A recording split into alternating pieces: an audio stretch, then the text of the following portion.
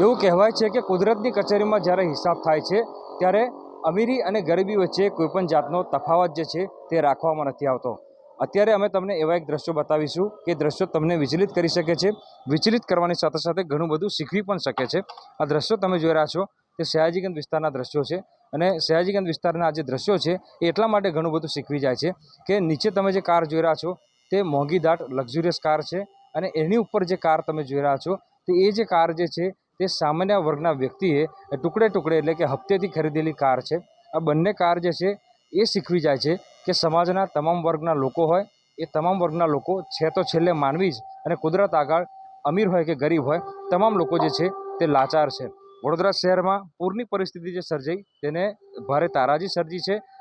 મેં કીધું એ પ્રમાણે કે અમીરી ગરીબી વચ્ચે ફરક કોઈ રહેતો નથી। એ જ પ્રમાણે પૂરની તારાજીએ જે ગરીબોના ઝૂંપડપટ્ટા છે તેમને પણ બરબાદ કર્યા છે, તો સાથે સાથે જે અમીર લોકો છે કે જેમના કરોડો રૂપિયાના બંગલા છે એ બંગલાઓ પણ બરબાદ કર્યા છે। એટલે વડોદરાવાસીઓએ નહીં પરંતુ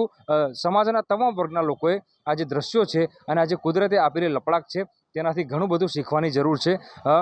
વિશ્વામિત્રી નદી કે જેને પૂર માટે જવાબદાર ઠેરવવામાં આવી રહી છે, પરંતુ અસલમાં જોવા જઈએ તો જે પૂરની પરિસ્થિતિ સર્જાય તેના માટે વિશ્વામિત્રી નદી એકલી જ જવાબદાર નથી, કારણ કે આ એ જ વિશ્વામિત્રી છે કે જેને વર્ષો પહેલાં એટલે કે સદીઓ પહેલાં વડોદરાવાસીઓને નવું જીવનદાન આપ્યું હતું, પરંતુ આજે જે સત્તાધીશોના પાપે અને વડોદરાવાસીઓની નિષ્કાળજીના પાપે જે વિશ્વામિત્રી નદી છે તે પોતે પોતાનું અસ્તિત્વ જે છે તે ગુમાવવા તરફ આગળ વધી રહી છે અને વિશ્વામિત્રી નદીની સ્થિતિ જે છે તે દયનીય બની છે। અત્યારે જ્યારે પૂરની પરિસ્થિતિ સર્જાય છે ત્યારે સમાજના તમામ વર્ગના લોકો વિશ્વામિત્રી નદીને દોષ દઈ રહ્યા છે કે નદીમાં પાણી જે છે તેનો પ્રકોપ વધી ગયો, પાણીનો ફ્લો વધી ગયો, જેના કારણે વડોદરા શહેરમાં પૂરની પરિસ્થિતિ સર્જાઈ। પરંતુ આ જે તસવીરો છે તેના પરથી એક વસ્તુ ચોક્કસથી સમાજના તમામ વર્ગના લોકોએ શીખવાની જરૂર છે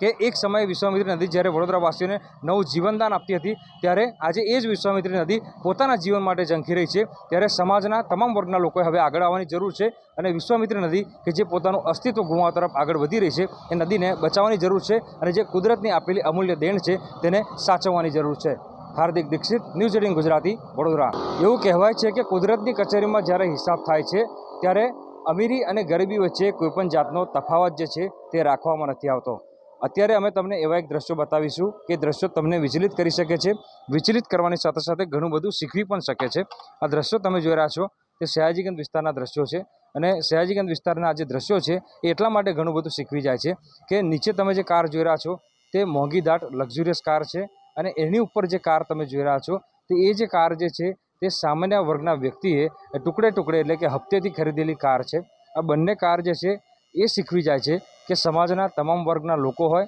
એ તમામ વર્ગના લોકો છે તો છેલ્લે માનવી જ અને કુદરત આગળ અમીર હોય કે ગરીબ હોય તમામ લોકો જે છે તે લાચાર છે। વડોદરા શહેરમાં પૂરની પરિસ્થિતિ જે સર્જાઈ તેને ભારે તારાજી સર્જી છે। મેં કીધું એ પ્રમાણે કે અમીરી ગરીબી વચ્ચે ફરક કોઈ રહેતો નથી। એ જ પ્રમાણે પૂરની તારાજીએ જે ગરીબોના ઝૂંપડપટ્ટા છે તેમને પણ બરબાદ કર્યા છે, તો સાથે સાથે જે અમીર લોકો છે કે જેમના કરોડો રૂપિયાના બંગલા છે એ બંગલાઓ પણ બરબાદ કર્યા છે। એટલે વડોદરાવાસીઓએ નહીં પરંતુ સમાજના તમામ વર્ગના લોકોએ આ જે દ્રશ્યો છે અને આ જે કુદરતે આપેલી લપડાક છે તેનાથી ઘણું બધું શીખવાની જરૂર છે।